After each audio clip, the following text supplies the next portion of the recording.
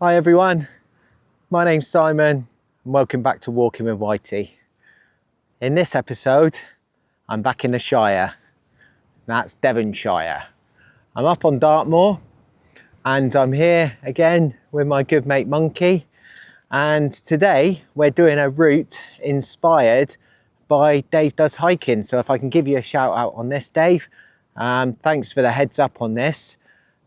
We're doing a 10 mile, 10 tours walk, horseshoe walk, and then we're going to go for a bite to eat, and then we've got two of the most talked about 4-season tents at the moment that we're going to pitch up on one of the tours and see how we get on. So we've got the Vern one and we've got the Hilleberg Soulo.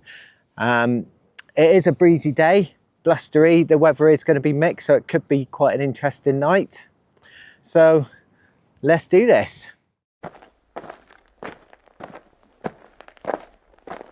Currently at Upper Haytor car park. I'll put all the details on the screen now. And our first tour of the day is just over the road and up to Haytor. And we've got the locals cheering us on as we go. Like I said in my previous episodes, whenever I come down to Devon now, I defer the routes and what we're going to do to the friends who I go walking with. So this one's on Monkey, and it promises to be some stunning views on this route if we get it. But it looks like it is clearing up, so it's windy, but yeah, it looks like it could be a good day. And there he is, the man himself, the one who's in charge today, with Maya as well. Hello, Maya. I'm a bit more happier to be on camera now because I've lost weight. He has. He's lost about 2 stones, doing really well. Three, he's done 3. Yeah, doing really well. Lots of exercise and camping, mate, that's what it is. I'm the tour guide today. Yeah, he's in charge today. This is actually a part of Dartmoor that I'm not familiar with at all. Obviously, we all grew up on West Dartmoor, and we're right over on the east side of Dartmoor now. We're closer to Exeter than we are to anywhere else. So yeah, it's going to be an interesting day. Tours that I've never done before. Look at the size of these rocks already. Apparently there's a trig point up there somewhere, so I want to try and nobble that. But look, as you come up over the crest here, look at the views that you've got. Absolutely spectacular. Looks like I found a way up to the top. Looks like it's been well used. It's almost like you can just see sort of worn in steps. Whoa.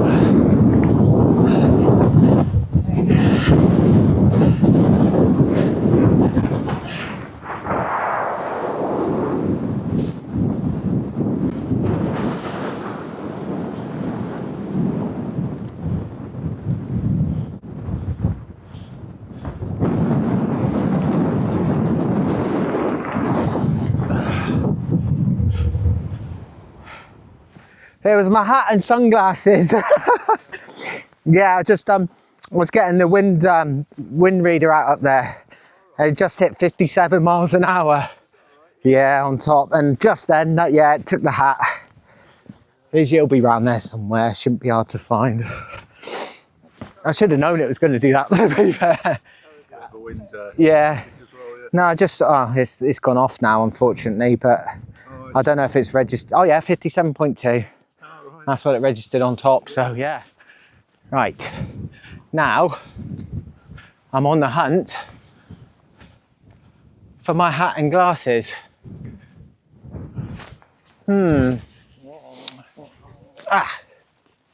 Okay, so found me sunnies.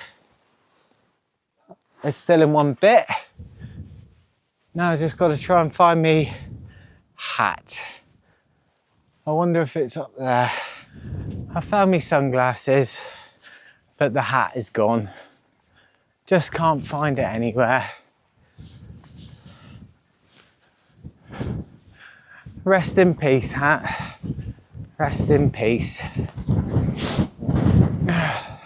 That's hay tour done. On to the next one. So here we are, only a short walk from hay tour. This is saddle tour, and a lot like hay tour, you've got one set of rocks there, nice big flat bit here, and then another set there. But I mean, look at the views, absolutely stunning views. So that's where we're heading next, folks, up to Rippontor. It is stunning over here. Look at it. Like, you see, Mark, right back to Queenstown there, look. Yeah.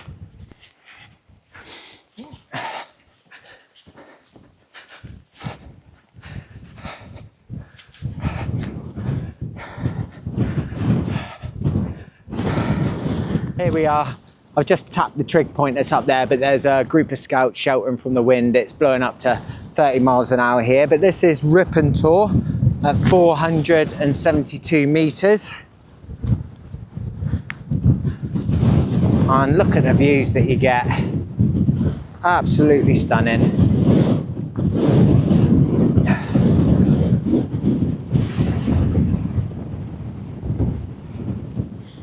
And this is the direction we're heading off next. Here we are, fourth tour of the day. This is top tour, and it's 432 meters. That's where we just came from, Rippontor. I have a cold head. I'll miss my hat. I do have a beanie in the backpack, but that's more for when we stop, because if I put that on, I overheat very quickly. I like that hat because 3/4 of it was mesh, and yeah, it could get in through, and it kept my head warm enough but ventilated. So as soon as I get home, I'll be finding that one on the internet and buying it again. So here we are on Pill Tour, 432 meters. Tour number 5 of the day. Absolutely stunning views. It is looking a bit angry. It is a bit windy, but so far it's dry.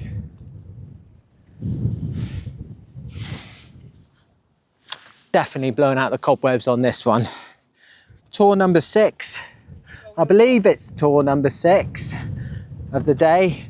Well, we believe it's a tour, and this is Bone Hill Rocks, 393 meters. You enjoying it, mate? Oh, loving it. Yeah, great to be out, actually. Great to be out on the moors on this lovely weather with my very good friend who's managed to travel down, and once again, he's going to have to do that a lot because he's promised you guys he's going to do every tour. Yeah. So, yeah, wow. We're just eating up the miles before we go and have a couple of refreshing drinks down at the pub with a wild camp up on Barrowman's Nose tonight. So yeah, all in all, fantastic. Yeah, it's worth noting now, you probably noticed that we both got day sacks on. This is a 10-mile route and it is quite hilly. And we're just, we're going to go for a bite to eat and a drink after we've done this, and then we're going to don our backpacks, which has got our overnight kit, and then head up for a camp on, what's it called again? Barrowman's Nose. Barrowman's Nose. So yeah, all good so far.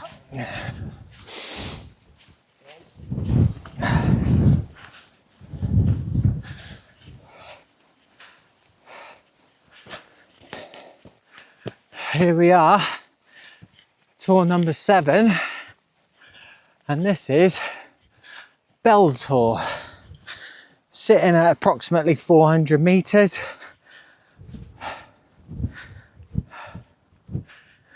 Nice small tour, but with stunning views nonetheless. From here we've got a short sharp all the way up to Chinkwell Tour, which is our next destination.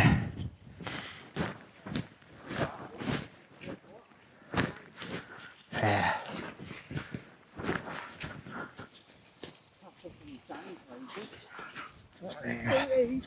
Here we are, approaching tour number 9 of the day.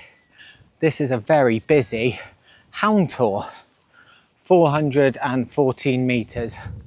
There is a car park just off the back and it is very easily accessible, so that's why it is so popular. But tour number 9 for us, and then we're going to stop here and have a drink and something to eat, and then we're heading off in this direction, and that's Haytor, where we started earlier. So we're on our way to our 10th and final tour of the day, but we've come across this on OS Maps. It says medieval settlement, and as you can see, yeah, you can see all the way around here the remains of an old settlement. And I guess if you really needed to, you could stick a tarp off that. Yeah. If the weather came in, we could even put a tent in there if you were allowed to, I suppose, yeah. Look how beautiful that is.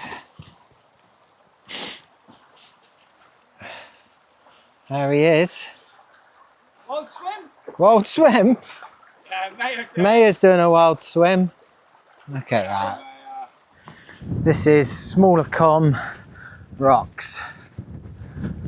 Plenty of locals here as well. Little black beauties. Hello. Hello, you're going to say good afternoon? Hello. Oh, you're friendly. Hello. Hello, hello. It's been a mixed bag. It's got the heart working in some places. We had a few showers, but it looks like it's clearing now. But all in all, it's been a bloody good hike. Now we're heading back to Haytor, which is behind me there. Back to the cars, and then we're gonna go to the local, have a drink, have a snack, and then ponder our next plan of action. Here we are at the foot of Haytor, and there's the quarries. This quarry and Maryvale quarry were very daunting river crossing. Oh crikey, yeah, watch yourself. Whoa! Be careful for this one. So yeah, Haytor quarry and Maryvale quarry were used a lot back in the day for quite a lot of structures in London, such as London Bridge, Nelson's Column, all those type of good places. Hopefully you can hear me through the wind, but we are back at the car park. 10 tours done, roughly about 10 miles. This is the end of the hike, but not the end of the video. We've still got to camp out, and we've still got a drink in the pub to go yet. It's good timing because I'm nearly out of battery power on the camera as well, so I'll use this time to recharge. Monkey, how are you feeling? How do you think that went? Exhilarated. Yeah. I think it's a great walk. I think it's actually quite user friendly. Not many challenging parts, a few ups. Yeah, it's nice. It's a lovely walk, and I would recommend it, and I would do it again. Yeah. Looking forward to a beer, something to eat. Yeah, I think a well-deserved pint beer and something to eat now. It's definitely a so we'll bring you back in the pub. Yeah.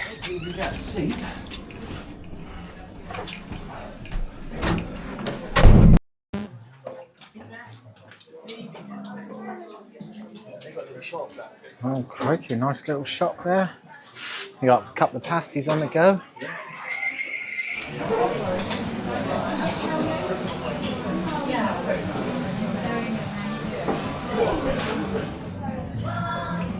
Oh, so good.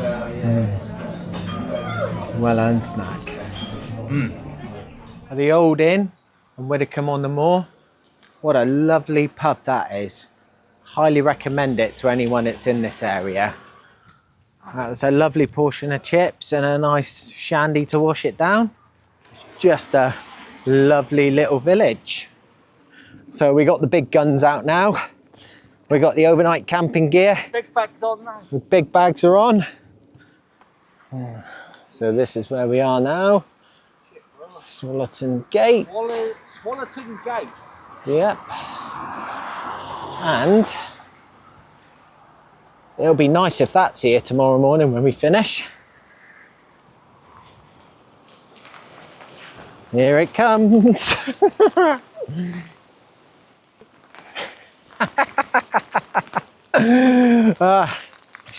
What are we thinking, monkey?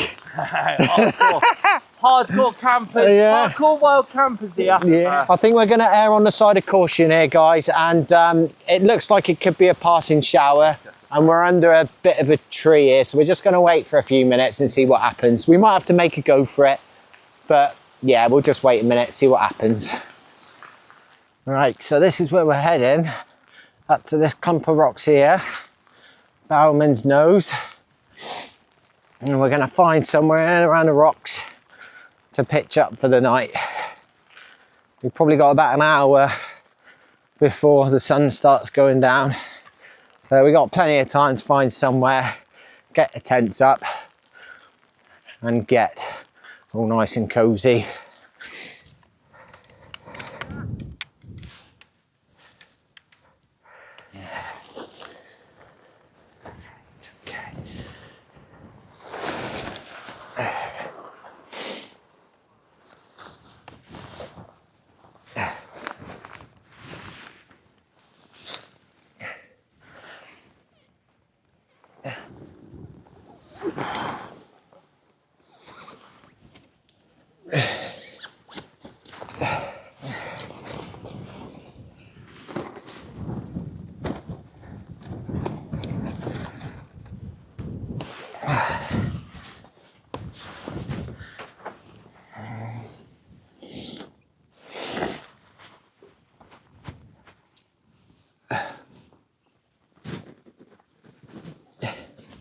Not a bad view at all. Just going to come over and show you. This is the main reason why we're out tonight, is because we've got the Hilleberg Soulo and we've also got the Vern 1. Two absolutely cracking 4-season tents, the top ones in the market.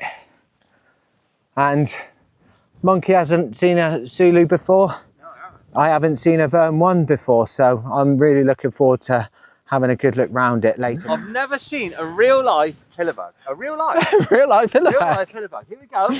Well, taking the hazy, Jane. Okay, that's us all set up for the evening. We'll have a look at the Soulo first.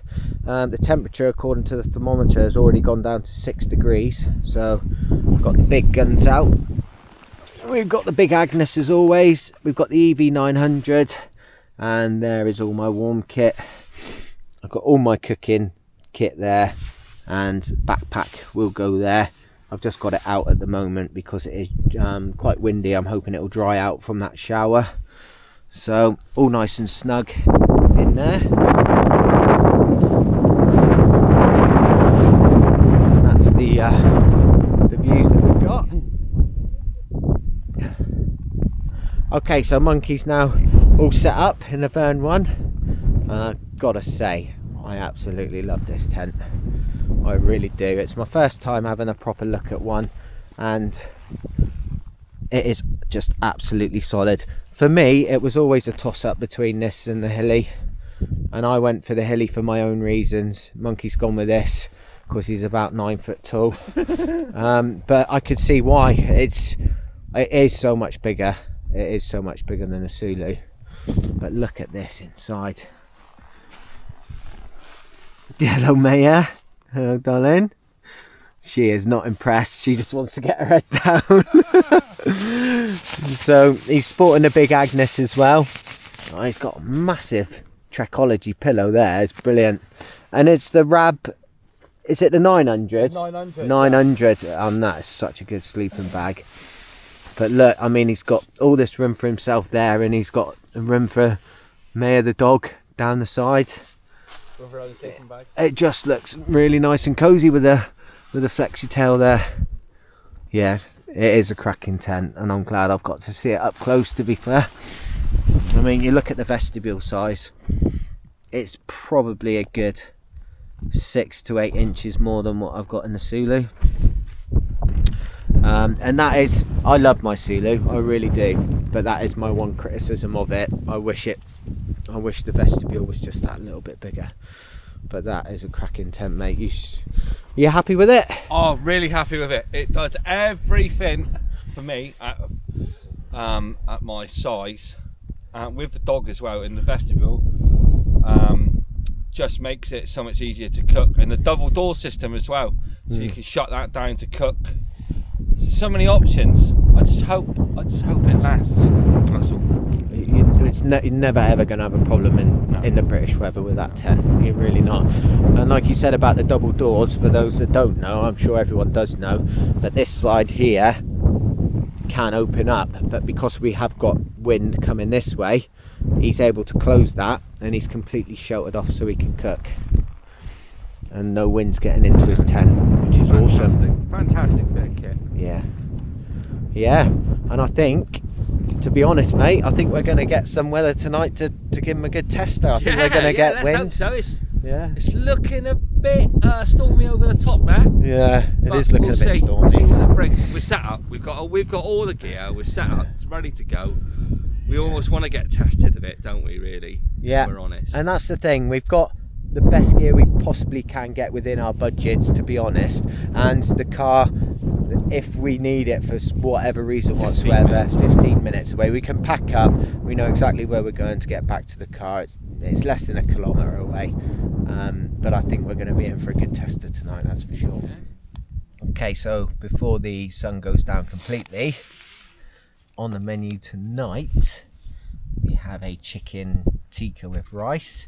This was a present from my kids for my birthday, which was about a week ago now. And also what they did get me, because it's nice to warm your hands up. Oh, it's lovely to warm your hands up because the temperature is 6 degrees. However, they got me one of these as well, which is like a down pocket. So put that in there. Keeps it warmer for longer. Plus, it's awesome. It's got a couple of uses. I think you could probably put electronics in here as well to keep the batteries nice and warm. But you could, if it was really cold, you could put your food in there like that. It's got a zip in the top. You can even put it down your coat for a little while to keep yourself warm. But yeah, let's see what it's like, shall we? First of all, I'll try it without.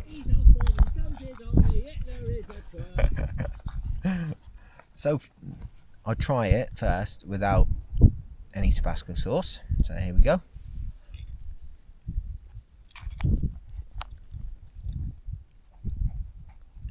Ooh, that's nice.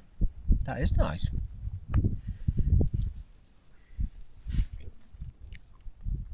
Yeah, that is nice. The tikka sauce, really creamy actually, really nice. I'm not even sure if I need to put any Tabasco in with this. It's nice. I don't have any pudding tonight. Oh, actually, yes I do. So for pudding tonight, I've gone a bit off-piste. I've got my absolute favourite, peanut M&Ms, and a can of Orange Tango. Monkey's in the other tent. He's got his skillet going, he's got a burger going, and he's trying to rub it in, but I'm happy with what I've got. So I'm going to enjoy these now, and then once I've enjoyed these, I'll get my hot chocolate on before bed. Oh, look what Monkey's bought. He's bought a cow and a pig And a bun. and a bun to go with it. And a bun. How are you getting on with this skillet, mate? All right? Actually, yeah, it's fine. It's I should have bought some cooking fat. It's interesting. Yeah. It's better than sitting there waiting for a bag to rehydrate or fucking sit in boiling water. It's actually mindful a little bit. Yeah. Yeah, it's alright. Good. It's a shame you can't do what's going on, mate. There's a nice moon in behind you. Is it? I'll get it in a second. Yeah. Look at that. I'll tell you what, you don't want to get out of here too long, because when you're out of the tent it gets cold quick. I know, all I've got in the tent now is me really warm. Yeah. Bacon smells. You does make me laugh. He gets all excited about his food. You can have two more different people when it comes to me and Monkey. I hope you heard all that. He does love his food. He is a right foodie, and I'm just happy just to throw some water in a rehydrated meal, and I'm happy with that. And I stick by that. But it is nice to see him happy doing that. I can hear an owl in the distance. Don't know if you can. I've got my hot chocolate on the go. I'm going to have this, and I'm going to get ready for the night. There's not much point being out in this. The temperature's dropping, the wind's picking up, so I might as well get cozy, put a film on, or get on YouTube and watch some of my heroes. You know what, while I'm on that, you know, I'm only a small channel, I know I am, but I just want to give a shout out to a few people that I do follow, because I do watch you a lot, and I do think that the content that you put out inspires others, i.e. like myself, to get out there, so thank you. So you've obviously got Paul Mesner, Geordie Wild Camper, Andy from Backpacking UK, Chris Gleave, Novice Wild Camper, Summit or Nothing, and those are the ones I can remember off the top of my head, but there's lots that I follow and watch. So here's to you guys. If it wasn't for your inspiration, I probably wouldn't be sat out here at 6 degrees with a hot chocolate watching the world go by. So thank you. And to anyone I might have missed, I'm sorry, but you know, if I follow you, because you can check that kind of thing. But I think that you all do an absolutely awesome job. So here's to you guys. According to the Met Office, the winds around about midnight, 1 o'clock in the morning are supposed to peak at around about 35 miles an hour. So that could be interesting.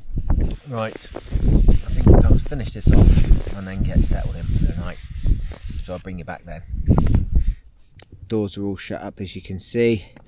Just check the thermometer. It's 5.5 degrees outside and it's 8.5 degrees in here, but I've only just shut this up, so I'm expecting it to get a little bit warmer in here, but I think the temperature is going to drop considerably more tonight. Got my down jacket on, and if I spin you around now, I've got my new down trousers on, Enlightened Equipment, Torrid pants they're called, a birthday present off my partner, thank you very much, absolutely lovely. And I've got my down boots on. I've also got the water bottle going on nicely in the sleeping bag, and with my down sleeping bag I shouldn't have any issues with the cold tonight. So some of the people I watch, so I've got Andy, who's kayak lure fishing UK. I used to go out with him fishing in Plymouth Sound before I moved up to the Midlands. I had many a good time out on the water with him, so it's always nice to see what he's getting up to and what fish he's catching, or what fish he ain't catching, whatever happens. I'm fed, watered, watched a little bit of video. Now it's time for me to get my head down.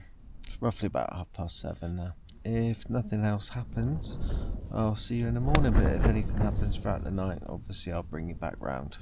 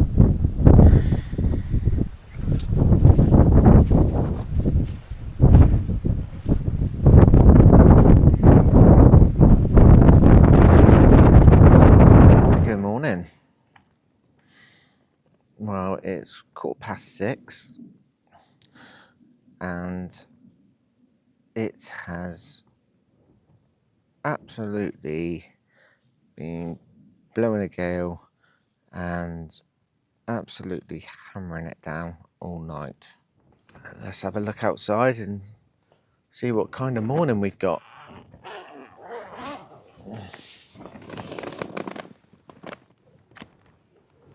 Okay, it's quite clear.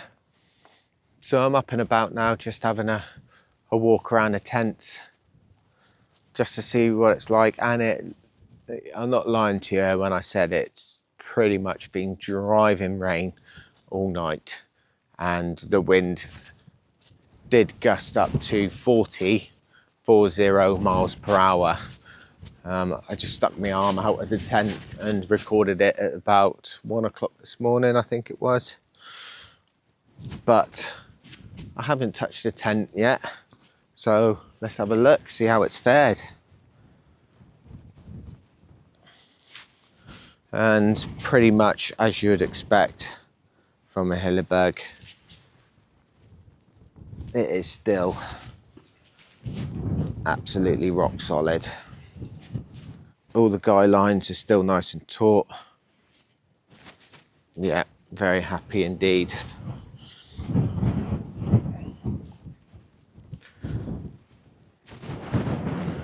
Got most of my kit packed away because it had been raining all night. I wanted to get it packed away in case it does again, but it looks like we're good for a little while. Let's go over and see Monkey in the Vern. Morning, mate, you right? Yeah, very good. Yeah. Very good indeed. Yeah, great night's sleep, mate. Good. Great night's sleep. Dog is lovely and warm as well. Good morning, mate. Yeah? Little thin, mate. She's like, do we have to go out in this, Dad? Yeah, it's a bit moody. It is moody, yeah. But, yeah. How well does these tents stand up? Yeah, nice. It's very windy, very wet. Yeah. Moody skies this morning, but nice and blue. Yeah. Clear. It is, isn't it? I mean, this tent is still blowing now, isn't it? And it's not shifting. Not shifting at all. It's guyed out nicely. Shifting a bunch of it's done very, very well. Yeah. No, good. It's been a brilliant tester, that's for sure. Yeah, it has, isn't it? Yeah. It really has. I came out the footage that you would have seen before this with no sound on it. That was me getting out about 2:30 because there was a break in the rain. I thought, right, I'm just going to check the guy lines, make sure everything's all right. And and I came over here as well, as you see, and either tent was moving. It was blowing a gale and neither was moving. Sorry, I didn't even tension my guys really. Yeah. Left them to do what they're supposed to do and just give me the movement in it. Yeah. No, that's good, mate. Right, I'm going to get some breakfast on and get a brew on. Yeah, get the porridge and the brew on. Yeah, and get packed up, everything apart from the tent, because if it stays like this, might be able to dry it out a little bit. Yeah.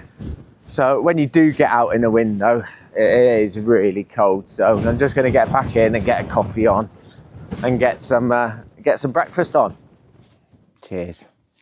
Need this morning. The Old Faithful this morning. Sausage and beans. Absolutely brilliant. Love it. So this will be the first time taking this tent down in blustery conditions. So let's see how it goes. I think the first thing I'm going to do is just attach this guy line.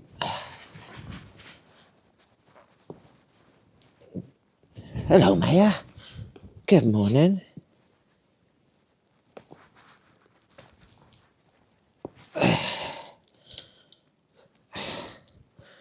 So I've attached this guy line to my backpack. Start by taking the guys out.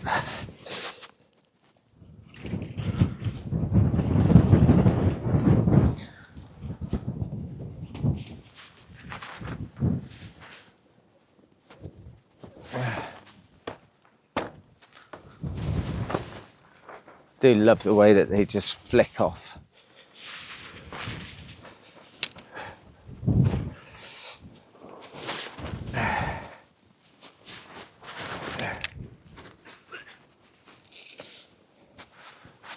For those of you that might notice, I always put my poles inside, down the side. And there's a reason for that.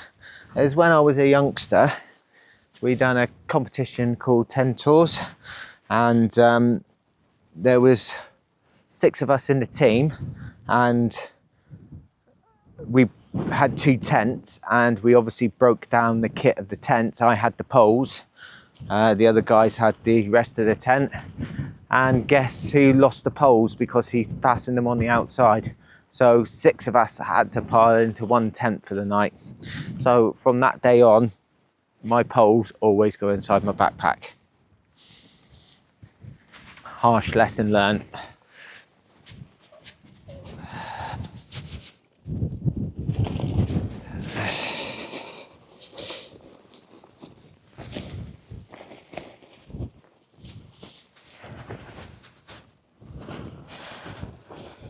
Everything's just that little bit trickier when it's windy.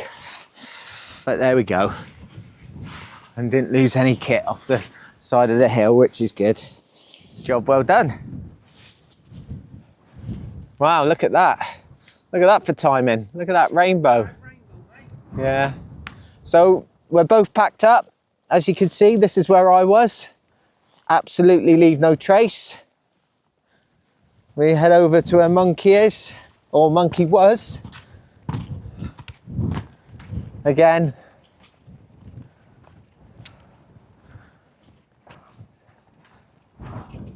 leave no trace. All you can see in both pictures, there's a little bit of trampled down grass.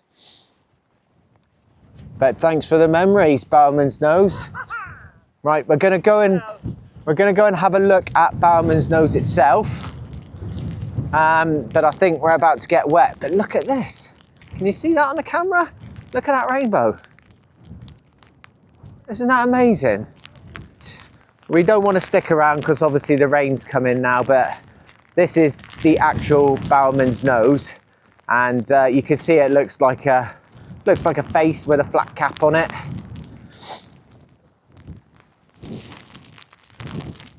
See if I can do that. Hopefully this footage comes out, but look at the rainbow in behind it. Lovely.